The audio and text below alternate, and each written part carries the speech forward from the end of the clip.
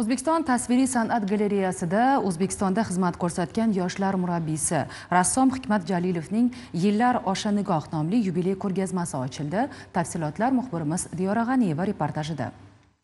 Har bir predmet go'yo vaqt va inson izini o'zida mujassam etayotgandek tasavvur uyg'otadigan sariq lolalar, anorlar va chotqol tog'lari so'qmoqlari bo'ylab kabi rang tasvir asarlari muallifi O'zbekiston Respublikasida xizmat ko'rsatgan yoshlar murabbiysi rassom Hikmat Jalilovning Yillar osha nigoh nomli yubiley ko'rgazmasida san'at ixlosmandlari turli janrlarda tayyorlangan asarlarni tomosha qilish imkoniyatiga ega bo'lishdi. Men tabiatdan juda ko'p ruhlanaman.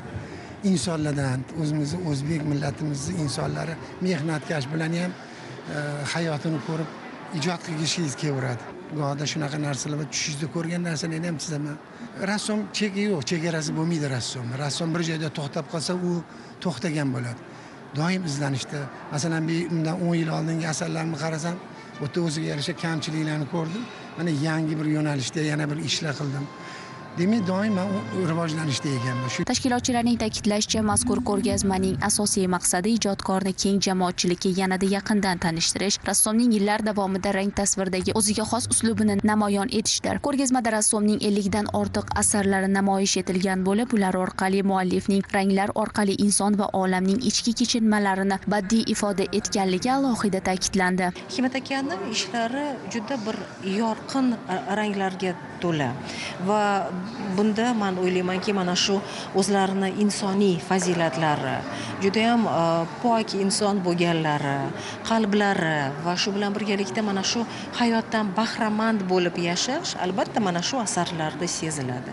Va bilasizmi, mana bu yerga kelgan masalan xorijiy mehmonlar, ular O'zbekistonni his qilishadi. Nima uchun? Bu yerda mana bizning shaharlarimiz, bu yerda bizning qishloqlarimiz, tabiatimiz va bularni hammasini Hikmat Jalilov juda ham bir mehr qo'yib, ajoyib kompozitsiyalarni yaratganlar.